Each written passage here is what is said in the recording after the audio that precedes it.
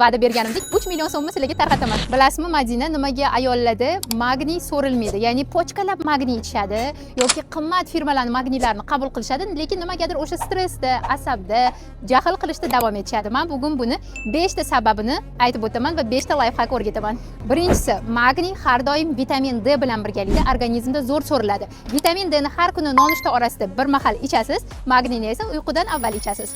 Ikkinchisi, magniy ichayotgan paytda mana bu narsalarni yig'ishtiring. Ya'ni buni. O'shanda magniy zo'r ta'sir qiladi. Eng zo'r magniyning turi esa magniy glitsinat, ya'ni u qonda 70% gacha sotiladi. Magniy B6 ni bir kunda 3 mahal ikkitadan ichib ham ta'sirini ko'rmayotgan bo'lsangiz, yaxshisi magniy B6 olmang, chunki u aktiv magniy, qonda juda ham kam foizda so'riladi. Eng yaxshisi magniy sitrat, magniy glitsinat yoki ultramag ham yordam beradi.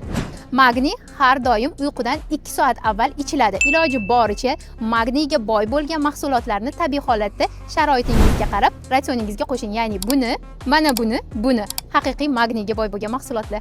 Yangi yilgacha xudo xolasa million bo'lamiz. Million bo'lgan kunimiz va'da berganimdek 3 million so'mni sizlarga tarqataman. Tez podpiska bo'lib ketinglar.